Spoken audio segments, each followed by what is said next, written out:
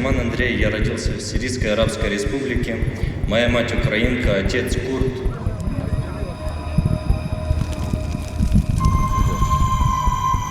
شنو في قي؟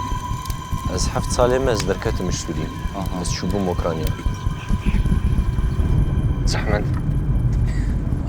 Андрей, шарабу خوشتر گوش مره.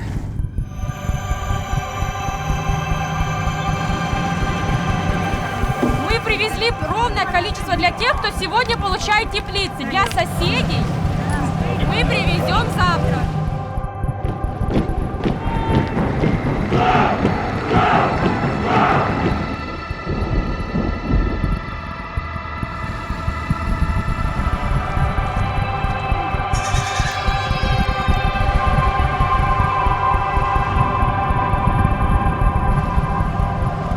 تجور دايرة دهاتي وحبات سينور سوري